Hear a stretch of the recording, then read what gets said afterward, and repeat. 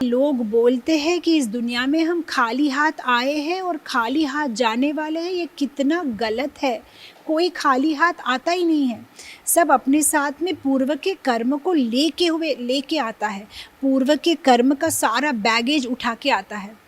हमारा जो अस्तित्व है, हमारे दो शरीर होते हैं। एक तो सूक्ष्म शरीर है जो मन बुद्धि अहंकार से बना हुआ, एक तो स्थूल शरीर है जो पंचभूत से बना हुआ है। ये जो स्थूल शरीर है ये मृत्यु के समय हम यहाँ छोड़ के चले जाते हैं, लेकिन ये जो सूक्ष्म शरीर है ये हम अलग अलग योनि में, अलग अलग शरीर में हमें लेके जाता है। तो ये जो सूक्ष्म शरीर है वे हमारे कर्म का लगेज भी उठाता है। हमने पूर्व में जो कर्म किए हैं, कुछ कुछ कर्म का फल उसी जीवन में भोगतना पड़ता है और कुछ कुछ फल हम आने वाले जीवन पर कैरी करते हैं। आने वाले जन्म में हम उसको साथ में लेके जाते हैं। इसलिए हमें कितना कितना केयरफुल होना चाहिए। तो जब भी हम देखें कि कॉज एंड अफेक्ट, माने हमने जो कार्य किया उसका फल जैसे कार्य किया है वैसा नहीं मिल रहा है, उसके विपरीत मिल रहा है, तो हमें समझ लेना चाहिए कि यहाँ पे पूर्व के कर्म भी कुछ ऐड हो रहे हैं। आप देखिए कभी कभी किसी विद्यार्थी के जीवन में भी वो इतनी मेहनत करके पढ़ता है, लेकिन जब एग्ज़ाम अटेंड करता है तो देखता है कि ऐसे ऐसे प्रश्न आए हैं जिसका उत्तर उसे पता नहीं है। अब उसको बहुत बुरा लग सकता है कि मैंने इतनी मेहनत की लेकिन फल देखो बेकार का। कभी कभी कुछ विद्यार्थी के जीवन में देखो बिल्कुल कुछ पढ़ाई नहीं की है, एग्ज़ाम के पहले बस एक 4-5 क्वेश्चंस यहाँ वहाँ देख लिए, लेकिन जब वो एग्ज़ाम लिखने गया तो वही 4-5 क्वेश्चन जो वो देख के गया था बस वही एग्ज़ाम में आया। तो अब इसमें आप क्या बोलेंगे? उसने पढ़ाई की नहीं है, मेहनत की नहीं है, लेकिन रिज़ल्ट इतना अच्छा है। किसी ने मेहनत की है लेकिन रिज़ल्ट इतना बुरा है। तो जब हमें जब दिखाई देता है कि भाई cause is equal to effect, माने क्रिया इज़ इक्वल टू परिणाम नहीं है, उसका मतलब यहाँ पे कुछ और फैक्टर भी है। पूर्व जन्म के हमारे कुछ कर्म भी इसमें एडेड है। हमें ये बात समझ लेनी चाहिए। अदरवाइज डे टू डे तो हर चीज़ बहुत सिंपल, कॉज एंड अफेक्ट, बस यही कार्य करो और उसका परिणाम है ना।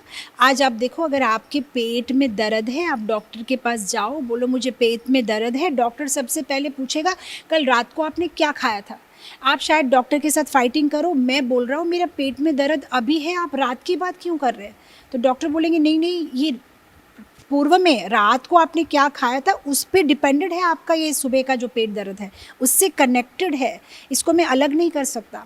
उसी तरह से हमारे साथ जो हो रहा है ये पूर्व में कनेक्टेड है, बहुत सिंपल है। ये पूर्व में हमने जो किया है उसके साथ ये बहुत डायरेक्टली कनेक्टेड है। तो अभी हमें यहाँ तक तो बात समझ में आ गई कि कर्म माने कार्य, अच्छे कर्म बुरे कर्म, अच्छे कर्म करोगे तो अच्छा फल मिलेगा, ये सब ठीक है। हम अच्छे कर्म ही करना चाहते हैं लेकिन कभी कभी बुरा फल मिलता है, उसका मतलब पूर्व के किए हुए कुछ कर्म इसमें ऐड हुए हैं। यहाँ तक तो हमें समझ में आ गया। लेकिन एक क्वेश्चन आ सकता है, फिर ठाकुर जी इतना पेचीदा क्यों बना देते हैं? सिंपल क्यों नहीं बना सकते? हमने इस जन्म में जो भी बुरा कर्म किया है उसके बुरे फल इसी जन्म में मिल जाए, हमने जो अच्छे कर्म किए उसके अच्छे फल इसी जन्म में मिल जाए, किस्सा ख़त्म, अकाउंट्स क्लोज। इतना पेचीदा क्यों?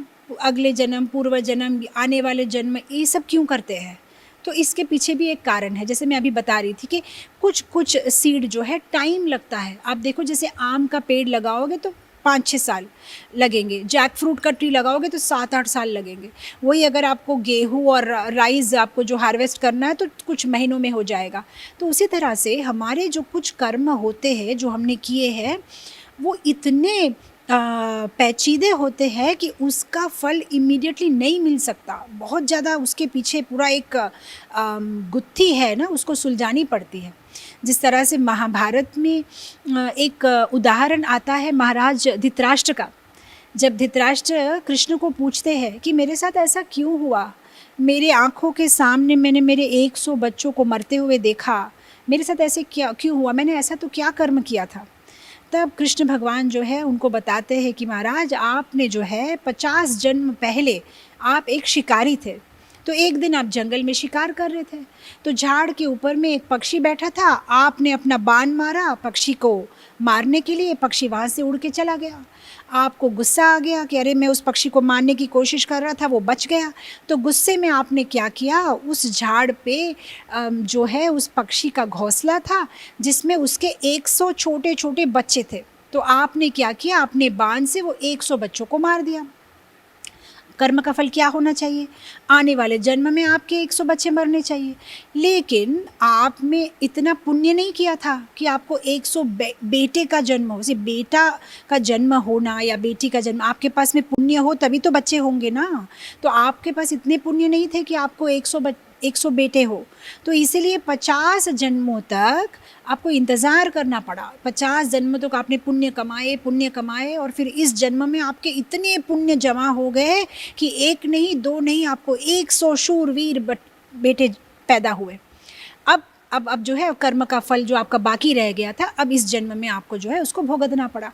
आपकी आँखों के सामने आपने जो किया था एज ए शिकारी, आपको भी अपने 100 बच्चों को जो है मरता हुआ देखना पड़ा। तो ये है कर्म की फ़िलॉसफ़ी, राइट। कभी कभी हम सोचते हैं बट मैंने कुछ भी बुरा नहीं किया, मेरे साथ ऐसा क्यों हुआ, ये छोटा बच्चा क्यों मर गया, ये तो अभी अभी जन्म लिया था, 2 महीने का था, इसने क्या गलत कर्म किया होगा।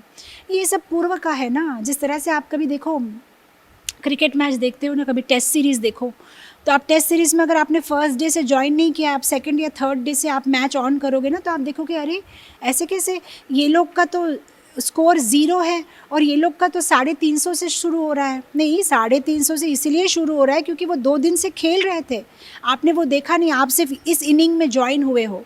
उसी तरह से हम अभी कभी कभी किसी का जीवन देखते तो हम सोचते अरे ये तो कितने अच्छे हैं, इन्होंने कभी किसी का बुरा नहीं किया, इनके साथ ऐसा कैसे हो गया, इनका एक्सीडेंट कैसे हो गया। आपने उनके पूर्व जन्म में नहीं झाँका है ना, आपको पता नहीं उन्होंने पूर्व में क्या किया था। तो ये सब कुछ पूर्व जन्म के साथ में कनेक्टेड है। तो ये जो लॉ ऑफ कर्मा है, ये जो साइंस ऑफ कर्मा है, ये इतना एक्यूरेट है, किसी के साथ में नाइंसाफ़ी नहीं करता। जिसको जो मिलना चाहिए बस वो ही मिलता है। जैसे इंग्लिश में एक कहावत है कि जो भगवान की चक्की होती है ना, चक्की में हम क्या करते हैं, आटा पीसते हैं ना, बोलते भगवान की चक्की में जो आटा पिसता है ना, वो धीरे धीरे पिसता है लेकिन एकदम महीन पिसता है, माने बढ़िया पिसाई होती है। मतलब अब देखो कभी कभी पुराने ज़माने में जो ट्रेडिशनल चक्की होता है ना आटा पीसने की, अब उसमें कुछ गेहूँ आपने डाले हैं और आप चक्की पीस रहे हो। अब क्या होता है मैं बताती हूँ, जब आप चक्की पीस रहे हो कभी कभी क्या होता है ना, कुछ गेहूँ के दाने इधर उधर सरक जाते हैं, वो पिसते नहीं हैं। तो वो जो गेहूँ के दाने जो बच जाते हैं ना, वो दूसरे दानों पे जो है हंसते हैं, अरे ये तो पूरा पिस गया, पाउडर हो गया, मैं तो बच गया। लेकिन उसे पता नहीं है जो ये घोल घूम के चक्की फिर से आएगी ना, तब ये दाने भी पिस जाएंगे। तो उस तरह से हम भी जो है ये गेहूं के दानों की तरह उछलते हैं। जब हम देखते हैं ना किसी के साथ बुरा हो रहा है, कोई मर रहा है, किसी को कुछ हो रहा है, हम सोचते हैं मुझे कुछ नहीं होगा। नहीं, सबको सबके कर्म के अनुसार होगा। किसी का जल्दी, किसी का देर से, अपने पूर्व में किए हुए कर्म के आधार पर उसे फल तो मिलेगा। क्योंकि भगवान की जो ये चक्की है ये धीरे धीरे पीसती है लेकिन महीन पीसती है, कोई भी एस्केप नहीं कर सकता। कोई भी जो है, भगवान के जो न्याय है वो इंडियन पुलिस जैसा नहीं है कि आपने थोड़ी सी रिश्वत दे दी और आपका साइन हो जाएगा, ठीक है कोई बात नहीं, ऐसा नहीं चलता वहाँ पर। जिसने जो कर्म किए उसे भुगतने ही पड़ेंगे। तो one has to be so careful कि आप क्या कर्म कर रहे हो। अब कोई ये बोल सकता है लेकिन अगर हमें कर्म के बारे में ज्ञान नहीं हो तो, इग्नोरेंट हम पता नहीं, अज्ञान है तो नहीं। अगर आप अज्ञानी है तो ये भी कोई एक्सक्यूज़ नहीं है कि मुझे पता नहीं था इसलिए मुझे कर्म का फल नहीं लगेगा। नहीं, आपको पता हो पता ना हो, कर्म का फल आपके ऊपर में लागू तो है ही है।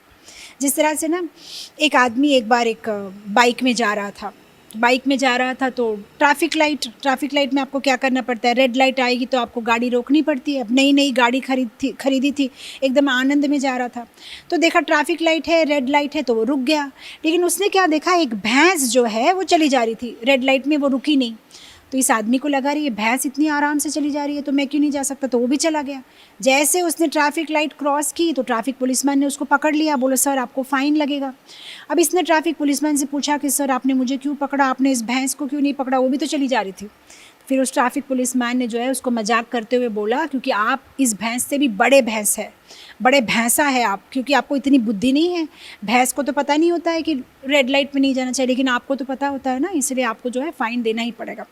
तो ये बात है, ट्रैफिक पुलिसमैन की रिस्पॉन्सिबिलिटी नहीं है कि वो हमें ज्ञान दे रेड लाइट में क्या करना चाहिए, ग्रीन लाइट। अगर आपने गाड़ी खरीदी है तो आपको ट्रैफिक के जो रूल्स हैं आपको फॉलो करने ही पड़ेंगे। तो ये प्रकृति की रिस्पॉन्सिबिलिटी नहीं है कि हमें ज्ञान दे कर्म का। आपको अगर मनुष्य जन्म मिला है तो आपको इस ज्ञान को जो है पाके उसके अनुसार आचरण करना है। ये भगवान की रिस्पॉन्सिबिलिटी नहीं है, हमारी अपनी रिस्पॉन्सिबिलिटी, क्योंकि हमें ये मनुष्य शरीर मिला है, उसके साथ में इंस्ट्रक्शन मैनुअल मिला है भगवद गीता का, तो उसके अनुसार हमारे जीवन में हमें उसको अपनाना चाहिए।